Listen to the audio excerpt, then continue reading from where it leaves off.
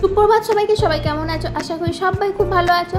আমার নতুন একটা ব্লগে সবাইকে অনেক অনেক স্বাগত জানাই। আজকে 29শে জুলাই, আজকে হচ্ছে শ্রাবণ মাসের দ্বিতীয় সোমবার। আজকেও জল ঢালতে যাব। আজকে জল ঢালতে যাওয়ার জন্য স্নান টান হয়ে গেছে।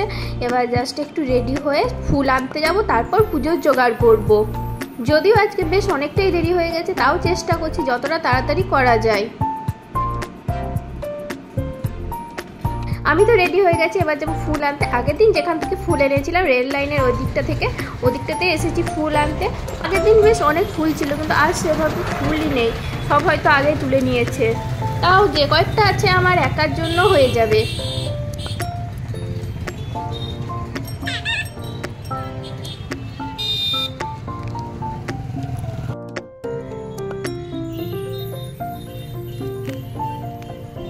ফুল নেওয়া হয়ে গেছে, এবার একদম ডাইরেক্ট ঠাকুর ঘরে গিয়ে পুজোর জোগাড় করে নেব।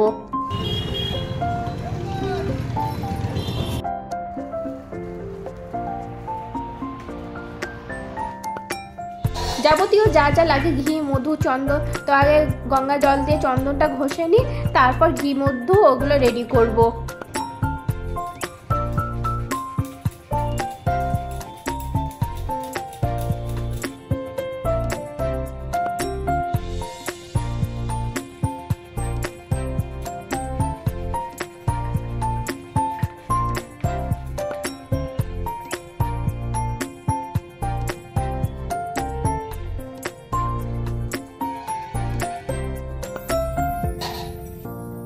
চন্দনটা ঘষে নেওয়ার পর এবার ঘি আর মধু নিয়ে নেব।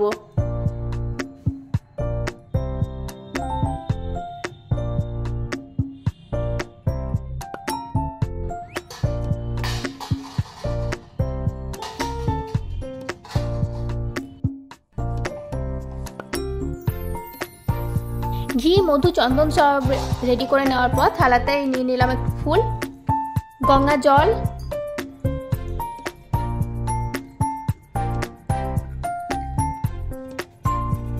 ফল বাড়ি থেকে একটা কেটে নিয়ে গেলাম, আর যাবার সময় দুটো ফল, শুকনো মিষ্টি, দুধ ওগুলো সব বাজার থেকেই নিয়ে নেবো।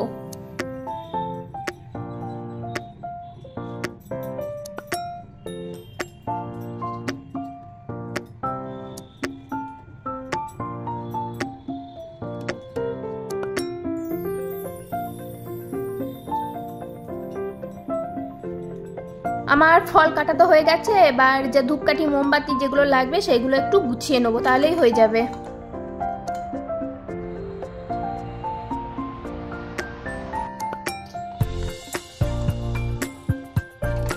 সব রেডি হয়ে গেছে, এবার তবে যাই। তবে আগের দিন মন্দিরে গিয়ে কিন্তু ঠাকুর মশাই ছিল না, আজকে কিন্তু ঠাকুর মশাই ছিল।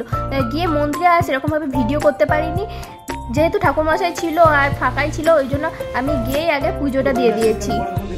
পুজো দেওয়া হয়ে গেছে, এবার যাচ্ছি বাড়ি।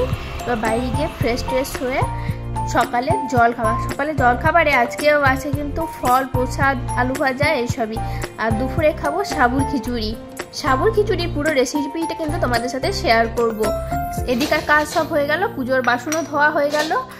এবার যাব দুপুরের খাবার করতে, তাই ভিডিওটা আজ লাস্ট অবধি দেখতে থাকো। সাবুর খিচুড়িটা পরে করব, আগে সব কিছু দিয়ে একটা সবজি করব, কুমড়ো, আলু, পটল, বেগুন এইসব দিয়ে। তো এই তরকারিটা শেখা আমার মায়ের কাছ থেকে। তো প্রথমে কড়াইয়ে তেল গরম করতে বসিয়ে দিয়েছি। তেলটা গরম হয়ে গেলে তেলের মধ্যে দিয়ে দেবো পটলটা বেশ ভালো করে নুন হলুদ দিয়ে ভেজে নেবো। এই ভাজাটা কিন্তু একটু ছাকা তেলেই ভালো হবে। পটলটা ভেজে নেওয়ার পর নুন হলুদ দিয়ে বেগুনটা ভেজে নেব। এই দুটোই খুব ভালোভাবে ভাজা হয়ে গেছে। এবার ওই তেলের মধ্যে একটা কাঁচা লঙ্কা দিয়ে আলুগুলো দিয়ে দেবো। আলুটাকেও নুন হলুদ দিয়ে খুব ভালোভাবে ভেজে নেবো। নুন হলুদটা এখানে একদম তরকারিতে যতটা লাগবে ততটাই দিয়ে দিলাম, এরপর আর নুন হলুদ দেবো না।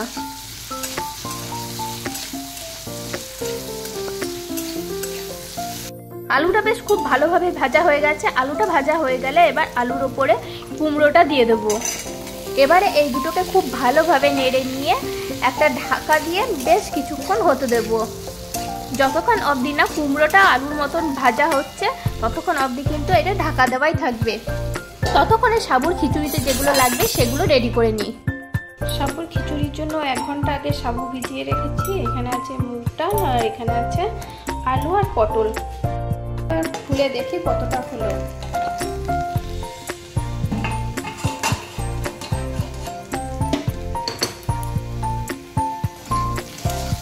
আলু আর কুমড়ো বেশ ভালোভাবে ভাজা হয়ে গেছে। এবার একটু জল দিয়ে এটা একটু সিদ্ধ হতে দেবো। এবার গ্যাস কমিয়ে ঢাকা দিয়ে প্রায় 7 থেকে 8 মিনিট মতন সিদ্ধ হতে দেবো। এবার দেখো এটা সিদ্ধ ভাজা দুটোই খুব ভালো মতন হয়ে গেছে। এবার এতে ভেজে রাখা বেগুন আর পটলটা মিশিয়ে দেবো। এগুলো সব দিয়ে সবগুলোকে একসাথে বেশ ভালোভাবে নেড়ে নেবো।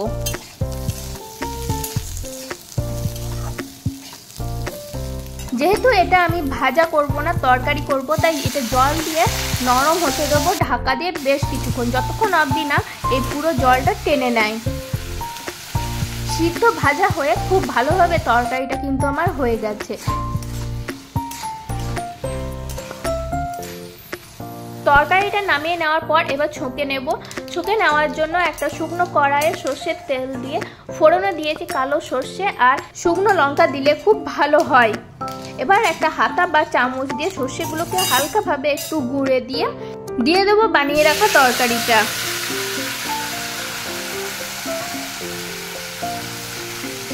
খুব ভালোভাবে নেড়ে নিয়ে দিয়ে দেবো স্বাদ মতন চিনি। চিনিটা একটু বেশি দিলাম কারণ এইটা একটু মিষ্টি মিষ্টি ভালো লাগে। এবার একটুখানি গরম মশলা দিয়ে নামিয়ে দিলেই হয়ে গেল। আমার মা কিন্তু গরম মশলা দেয় না, শুধুমাত্র দারচিনি বাটা দেয়। আমি আর কুড়ামো করে দারচিনি বাটলাম না, একটু গরম মশলাই দিয়ে দিলাম। এদিকে সাবুর খিচুড়ি বানানোর জন্য মুগ ডালটা প্রথমে একটা শুকনো কড়াইয়ে ভেজে নেব, তারপরে সামান্য একটু তেল দিয়ে ভেজে নিয়ে বেশ তেল দিয়েও বেশ ভালোভাবে ভাজা হয়ে গেছে। তবে সাবুর খিচুড়ি করতে বেশিক্ষণ লাগবে না, সবগুলো একটু ভেজে নিয়ে প্রেসার কুকারে দিয়ে দেবো, তাহলেই হয়ে যাবে। মুগ ডালটা ভেজে নেওয়ার পর কড়াইয়ের মধ্যে তেল দিয়ে আলু আর পটলটা একটু বেশ ভালোভাবেই ভেজে নেব।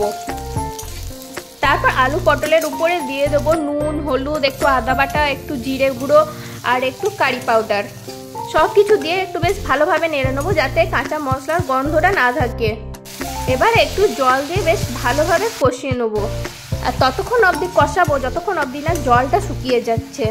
এগুলো সিদ্ধ করার প্রয়োজন নেই, যেহেতু প্রেসার কুকারে দেবো তাই একটু হালকা ভাজা ভাজা হলেই হয়ে যাবে। এখন জলটা একদম শুকিয়ে গেছে। এবার এগুলো সব প্রেসার কুকারে দিয়ে দেবো। তো মুগ ডালটা প্রেসার কুকারে আগেই দিয়ে রেখেছি। এবার এই সব ভাজাগুলো তুলে দেবো আর দিয়ে দেবো ভিজিয়ে রাখা সাবুটা। কড়াইয়ে যেহেতু মশলা লেগে আছে তাই কড়াই ধুয়েই জলটা দিয়ে দেবো, আলাদা করে আর জল দেবো না। জলটা দিয়ে বেশ একবার ভালোভাবে নেড়ে নিয়ে প্রেসার কুকারে ঢাকা বন্ধ করে দিয়ে হাই ফ্লেমে একটা আর লো ফ্লেমে একটা সিটি দিলেই হয়ে যাবে। আমার তো মুগ সাবু একদম রেডি হয়ে গেছে, এদিকে সিটিও ছেড়ে গেছে। সব কিছু একটু নরম পাতলা পছন্দ করি, ওই জন্য কিন্তু জলটা একটু বেশি দিয়ে একটু পাতলা করেছি। তো দেখো একদম খুব ভালোভাবে সব কিছু সিদ্ধ হয়ে গেছে। এবার এতে একটু ঘি, একটু চিনি আর একটু গরম মশলা দিলেই কিন্তু হয়ে যাবে। উপর থেকে ভেজে রাখা বাদাম দিয়ে দিয়েছি। এবার খাবার পালা। এরপর রাত্রের খাবারে বানিয়েছিলাম কিন্তু পরোটা আর দিনেরকার যে সবজিটা ছিল সেটাই। তো পরোটাটা এতটা সফট হবে আমি নিজেও ভাবতে পারিনি। তাহলে আজকের ভিডিওটা আজ এখানেই শেষ করছি। সবাই ভালো থেকো, সুস্থ থেকো আর অবশ্যই জানিও আজকের ব্লগ কেমন লাগলো। যদি ভালো লাগে তাহলে লাইক, কমেন্ট ও সাবস্ক্রাইব করে পাশে থেকো। সবাইকে শুভরাত্রি।